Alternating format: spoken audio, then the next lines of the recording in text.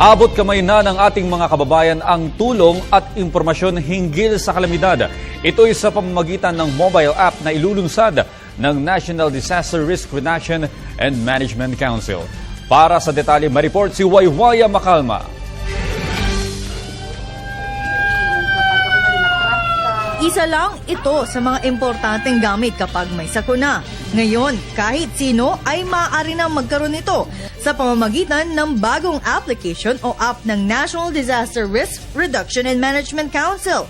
Gamit lamang ang inyong mga smartphones ay marami na kayong matututunan sa paghahanda sa anumang kalamidad na maaaring tumama sa bansa.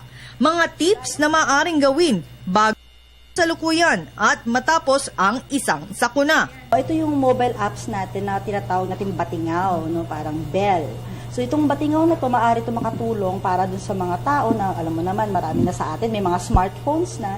Ito, meron na siyang mga tips o disaster preparedness. May information na rin siya tungkol sa iba't ibang hazards na maaari natin maranasan. At maniwala ka ba, bukod sa merong flashlight ito, meron pang siren. So, pwede ka nang humingi ng tulong sa pamamagitan ng paggamit ng iba't ibang mga features nitong application na ito. Bagamat hindi pa ito formal na inlunsad sa publiko, ay maaari na itong ma-download ng libre.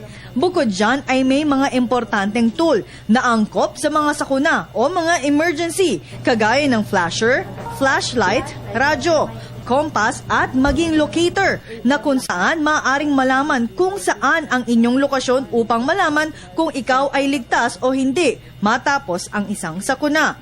Inilagay rin sa app ang mga sangay ng pamahalaan na maaaring makontak matapos ang isang sakuna, maging ang mga batas na angkop sa pangailangan ng isang biktima ng kalamidad. Meron tayong tinatawag na e-library.